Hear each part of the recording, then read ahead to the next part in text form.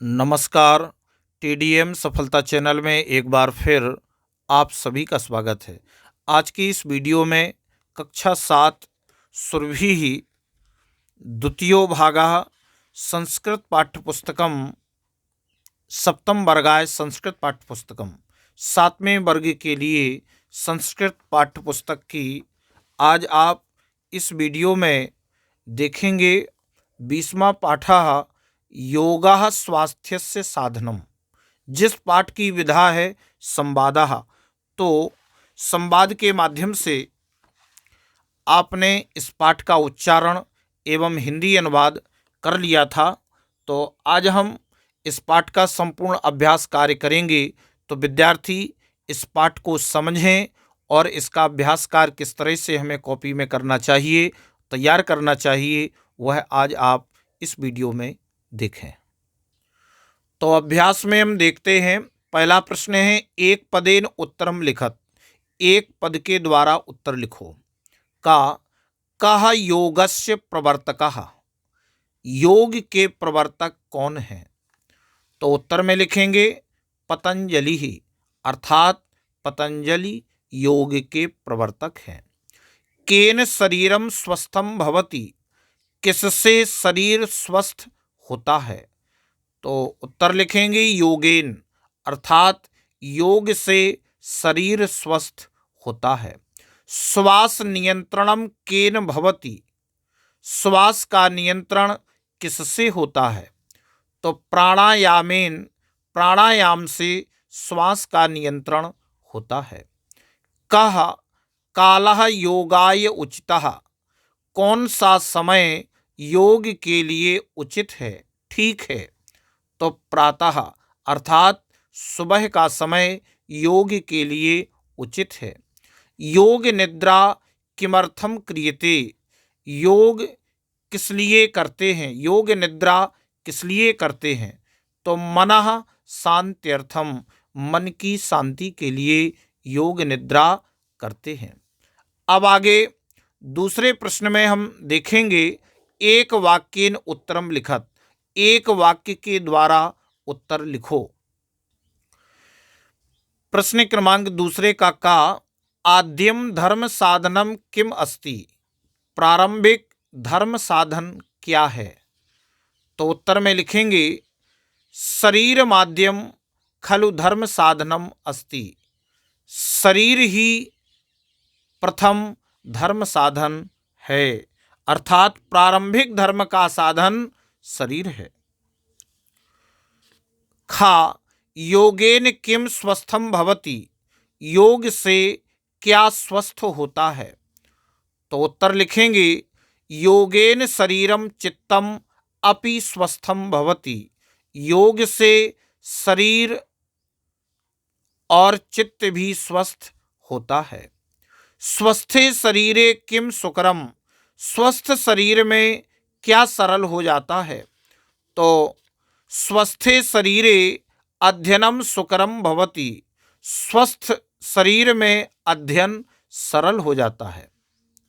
फिर आगे योग शास्त्रम किमर्थम प्रवर्तितम। योग शास्त्र का किमर्थम प्रवर्तितम, योग शास्त्र का जो है, योग शास्त्र का प्रवर्तन किस लिए हुआ? किमर्थम, किस लिए हुआ? तो उत्तर में लिखेंगे योग शास्त्रम शरीर स्वास्थ्यार्थम प्रवर्तितम।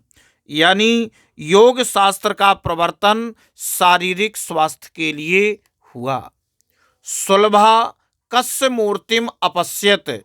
सुलभा ने किसकी मूर्ति को देखा? तो सुलभा मुनेह पतंजलेह मूर्तिम अपश्यत। सुलभा ने मुनि पतंजलि की मूर्ति को देखा। इस प्रकार से आप इन सभी प्रश्नों के उत्तरों को कॉपी में नोट कर इनको याद करने का अभ्यास करेंगे। अब आगे हमें प्रश्न तीसरे में कहा गया है उचित विकल्पेन रिक्त स्थानानि पूरयत। उचित विकल्प के द्वारा रिक्त स्थान की पूर्ति कीजिए। व्याकरणम, आयुर्वेदम, नास्ति, अस्ति, करिष्यति, कारयिष्यति। तो देखते हैं का सम्यग अन्न पचनम, ठीक तरह से अन्न का पाचन नास्ति नहीं होता है। सदैव क्षुधा भावः, हमेशा भूख का अभाव अस्ति है, रहता है। सुलभा योगम करिष्यति, सुलभा योग को करेगी। शारदा योगम, शारदा योग को कराएगी, कारयिष्यति कराएगी। पतंजलि शरीर स्वास्थ्यर्थम अरचयत, पतंजलि ने शरीर स्वास्थ्य के लिए आयुर्वेद को रचा। पतंजलि वाणी शुद्ध्यर्थम अरचयत, पतंजलि ने वाणी की शुद्धि के लिए व्याकरणम, व्याकरण को रचा। इस प्रकार से हम तीसरे प्रश्न में खाली स्थानों की पूर्ति दिए गए उचित शब्दों के द्वारा करेंगे। अब चौथे प्रश्न में अधोलिखित पदानि लकारानुसारम लिखत, नीचे लिखे पदों को लकार के अनुसार लिखो। जैसे आसीह, भवति, करिष्यति, अपश्यत, अकरोत, संभवन्ति, इच्छामि, उन्मूलयन्ति, ज्ञास्यामि और आगमिष्यामि। यानी ये जो हमें शब्द दिए गए हैं, ये शब्द कौन से लकार में आते हैं, इन्हें हमें लिखना है। जैसे लंग अर्थात भूतकालिक, तो भूतकाल में कौन कौन सी धातु आती है?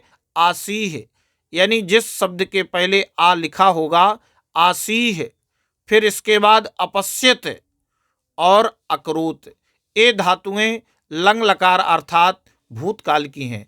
इसके बाद लट अर्थात वर्तमाने, वर्तमान काल की जो धातु होगी भवति। इसके बाद संभवन्ति, ये बहुवचन में आएगा। और आपका इच्छामि और उन्मूलयन्ति। इसके बाद फिर दिया है लिट अर्थात भविष्यकाल, तो भविष्यकाल में जो शब्द आएंगे वो आपका होगा करिष्यति, और इसके बाद ज्ञास्यामि और आगमिष्यामि। तो आप इन सभी शब्दों को लकार के अनुसार विभाजन करेंगे।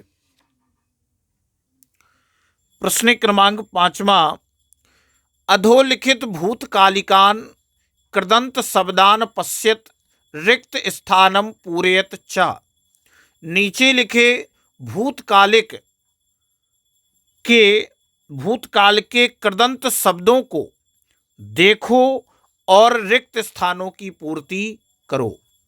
लिखितम, आगतः, पीड़िता और प्रयुक्तम, इन शब्दों को हमें नीचे प्रयोग करना है। जैसे का में बालकः पत्रम लिखति, बालक पत्र को लिखता है। तेन पत्रम लिखतम, उनके द्वारा पत्र को लिखा जाता है। लिखतम। रोगः सुलभाम पीडयति, रोगः रोग, सुलभाम सुलभा को पीड़ित करता है। सुलभा रोगेन पीड़िता, और सुलभा रोग से पीड़ता है।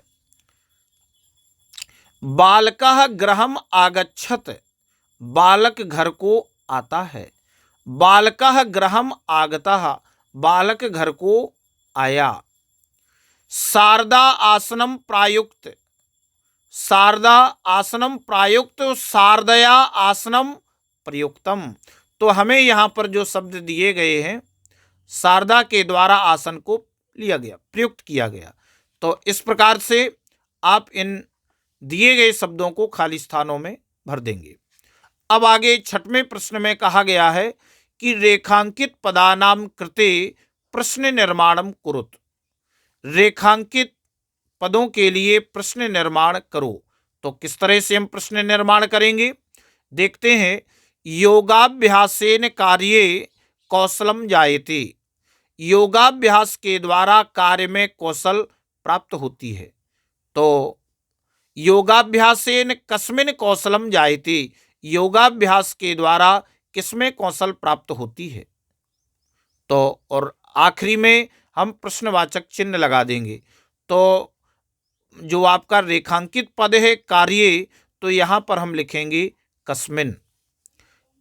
इसके बाद खा में आसनानि संधि रोगान उन्मूलयन्ति। आसनेन यानी आसनों से संधि रोगान जोड़ों के रोग नष्ट होते हैं। तो आसनानि कान रोगान उन्मूलयन्ति, आसनों से कौन से रोगों को जड़ से नष्ट करते हैं, और आखिरी में प्रश्नवाचक चिन्ह लगाएंगे। सुलभा शारदाम अमिलत, सुलभा शारदा को मिलती है। तो का शारदाम अमिलत, कौन शारदा को मिलती है, प्रश्नवाचक चिन्ह लगा देंगे। सर्वम गुरोह निर्देशने करणीयम, सब गुरु के निर्देशन में करना चाहिए। तो सर्वम कस्य निर्देशने करणीयम, सब किसके निर्देशन में करना चाहिए। इस प्रकार से आप इस वीडियो में आप देख रहे हैं प्रश्न निर्माण हम इस प्रकार से करेंगे।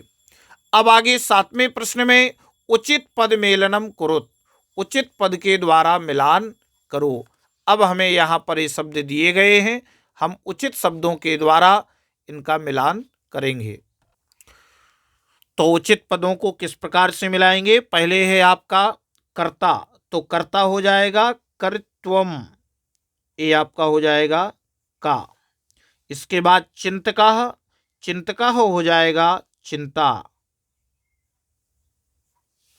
फिर सेवकः, सेवकः हो जाएगा सेवा, ये हो जाएगा गा। शांतः, शांतः हो जाएगा शांति, शांति ही, ये आपका घा बन जाएगा। और स्वस्थः हो जाएगा स्वस्थ्यम, ये आपका इंगा बन जाएगा। और कठिनम हो जाएगा काठिन्यम, ये 4 नंबर में। इस प्रकार से हम सही के सामने सही शब्दों को लिखते जाएंगे। अब आगे 8वें प्रश्न में अधोलिखित रूपाणाम लकारम वचनम पुरुषम च लिखत, नीचे लिखे रूपों के लकार वचन और पुरुषों को लिखो। तो यहाँ पर तालिका बनी हुई है, ये हमें यहाँ पर रूप दिए हैं लकारः, पुरुषः और वचनम। तो यथा, जैसे आसीत, आसीत शब्द जो है वह लंग लकार का है, प्रथम पुरुषः है और एक वचनम। आसीह, आसीह आपका लंग लकारः, मध्यम पुरुषः एक वचनम।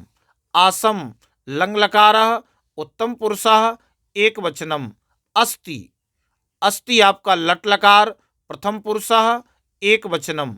और संति लट लकारः और आपका प्रथम पुरुषः बहुवचनम। इस प्रकार से आप इन सभी को भर लेंगे। अब हम देखते हैं योग्यता विस्तार में योगासनानाम लाभान लिखत, योगासनों के लाभ को लिखो। तो हम बता सकते हैं योगासनों से क्या लाभ हैं। योगासनेन रोगान उन्मूलयन्ति, योगासनों से रोगों को नष्ट करते हैं, उन्मूलन करते हैं। योगासनेन अध्ययनम सुकरम भवति, योगासनों के द्वारा अध्ययन सरल होता है। फिर योगासनेन चित्तस्य एकाग्रता भवति, योगासनों के द्वारा, योगासन के द्वारा चित्त की एकाग्रता होती है। और योगासनेन अनेके लाभाः भवन्ति, योगासनों से अनेक लाभ होते हैं। इस प्रकार से इस वीडियो में बस इतना ही। नेक्स्ट वीडियो में हम अगले पाठ के अभ्यास कार्य को करेंगे। अगर आपको ये वीडियो अच्छा लगा हो तो वीडियो के लिए कमेंट और शेयर अवश्य करें।